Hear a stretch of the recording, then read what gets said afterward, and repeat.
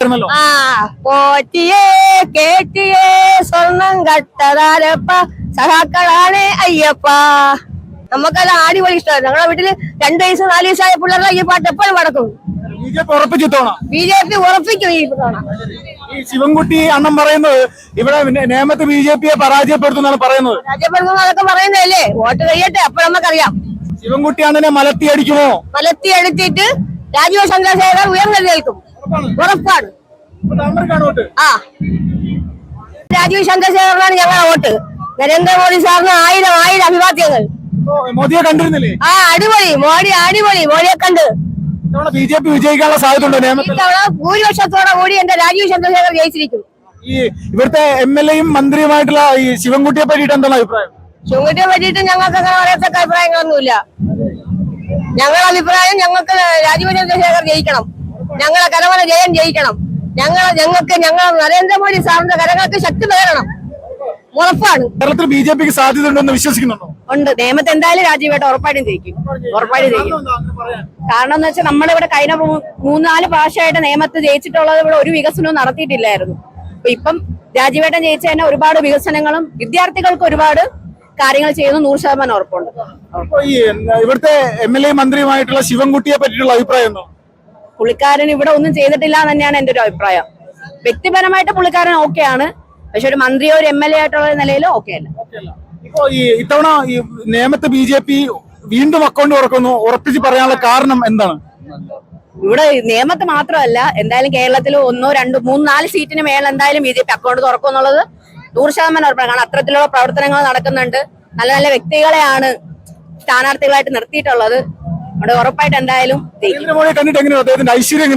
എനിക്ക് എന്താ പറയേണ്ടതെന്ന് അറിയില്ല. ഒരു ഭയങ്കര എക്സൈറ്റഡ് ആണ് ഞാൻ, ഭയങ്കര സന്തോഷമുണ്ട്. അടുത്ത് കണ്ടു.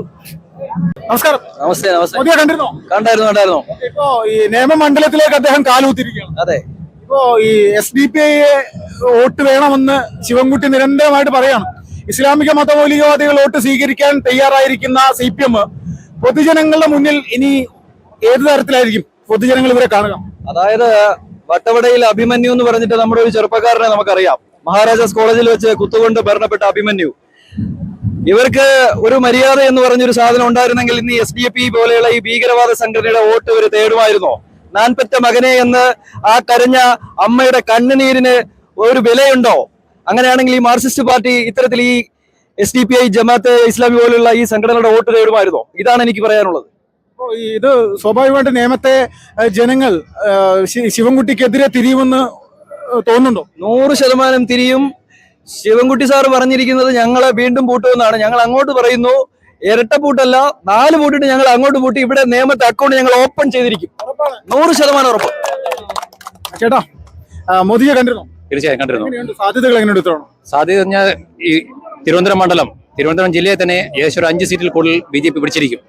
ഇപ്പൊ തീർച്ചയായും ഒരു മാറ്റം ഉണ്ടാവും. ഇത് തിരുവനന്തപുരത്ത് ഇങ്ങനെ ഒരു സാഹചര്യം നിലനിൽക്കുന്നുണ്ടെന്ന് BJP പറയുന്നുണ്ട് ജയിക്കുമെന്ന്. അതിന് കാരണങ്ങൾ എന്തായിരിക്കും?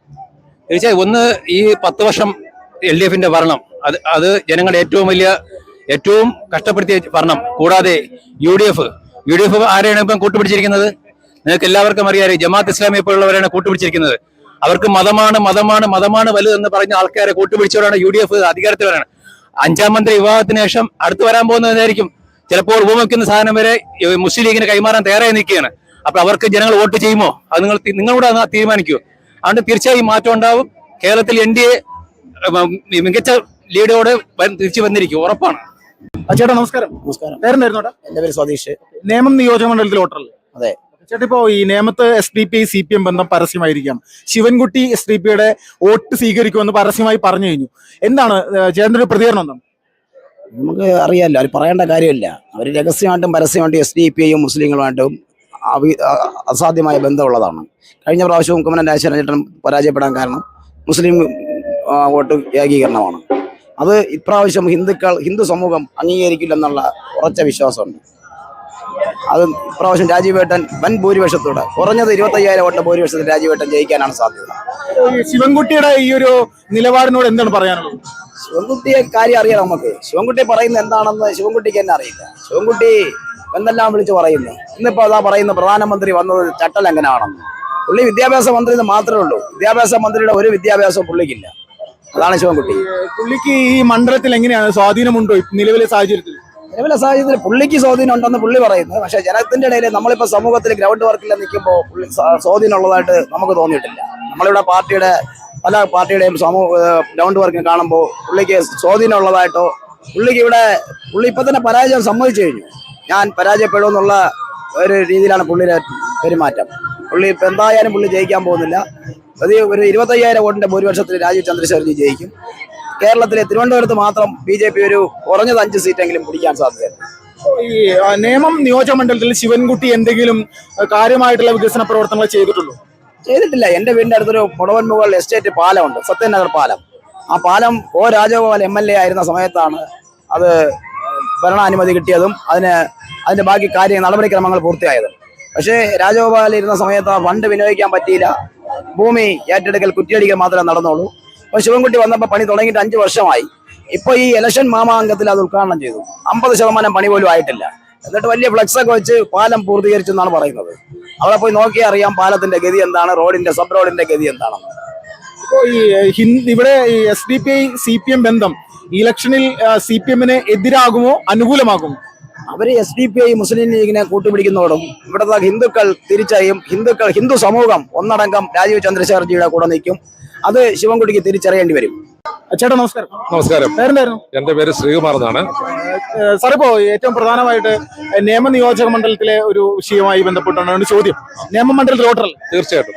SDPI CPM ബന്ധം നേമത്ത് ഈ ഒരു ഇലക്ഷനിൽ ഏതെങ്കിലും തരത്തിലുമുള്ള എന്തെങ്കിലും ഒരു സാഹചര്യം സൃഷ്ടിക്കാനുള്ള അവസരമുണ്ടോ? നേമത്ത് ഇതിനു മുമ്പ് നടന്നിട്ടുള്ള തെരഞ്ഞെടുപ്പുകളിലും ഈ തരത്തിലുള്ള സഖ്യം അവർ രഹസ്യമായിട്ട് ഉണ്ടാക്കിയിട്ടുണ്ടായിരുന്നു. അത് കഴിഞ്ഞ പ്രാവശ്യം പരസ്യമായിട്ട് പറഞ്ഞു.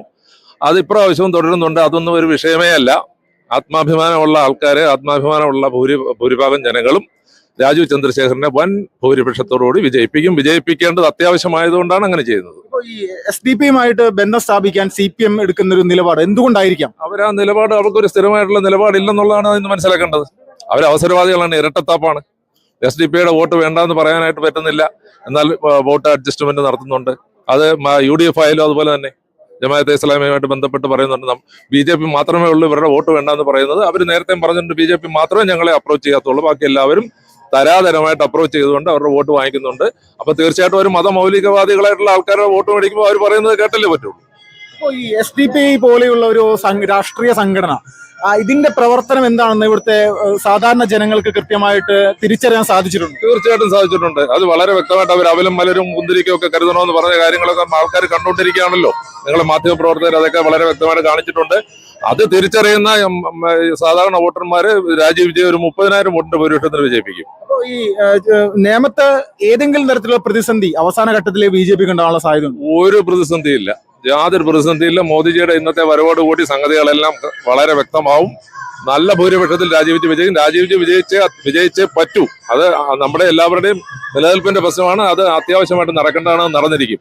രാജീവ് ചന്ദ്രശേഖർ വികസനത്തെ പറ്റിയിട്ട് വലിയ രീതിയിൽ പറയുന്നുണ്ട്.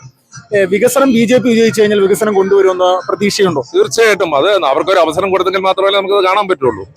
അദ്ദേഹം പറയുന്നത് അദ്ദേഹത്തിന്റെ ചരിത്രം പരിശോധിച്ചു കഴിഞ്ഞാൽ ചെറുപ്രായത്തിൽ തന്നെ അദ്ദേഹം സ്വന്തമായിട്ട് അദ്ദേഹത്തിന്റെ പല കമ്പനികളും പല കാര്യങ്ങളും നടത്തി കാണിച്ചിട്ടുള്ള ഒരു വ്യക്തിയാണ്. അദ്ദേഹം എന്നെ പോലെ തന്നെ ഞാനൊരു വിമുക്ത ഭടനാണ്, എയർഫോഴ്സിൽ റിട്ടയർ ആയ ആളാണ്.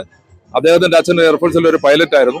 അദ്ദേഹത്തിന്റെ മകനാണ് ഈ പറയുന്ന രാജീവ് ചന്ദ്രശേഖർ. അപ്പൊ നമുക്ക് വ്യക്തമായിട്ട് അറിയാം, ഒരു വിമുക്ത ഭടന്റെ ഒരു പട്ടാളക്കാരന്റെ മകനാണ് അയാൾ. പറയുന്നതിനകത്ത് there will be some substance and he will show it. ഈ പിണറായി വിജയൻ സർക്കാരിന് 100-ൽ എത്ര മാർക്ക് കൊടുക്കും? ഞാൻ മാർക്കിടാനൊന്നും ഞാൻ ആളല്ല. അദ്ദേഹം ഒന്നും ചെയ്തിട്ടില്ല ഒന്നും പറയാൻ പറ്റില്ല, പല കാര്യങ്ങളും ചെയ്തിട്ടുണ്ടാവും. പക്ഷെ നേമത്ത് ഒന്നും വിജയിക്കാൻ പോകുന്നില്ല. നേമത്ത് രാജീവ് ചന്ദ്രശേഖർ വിജയിക്കും.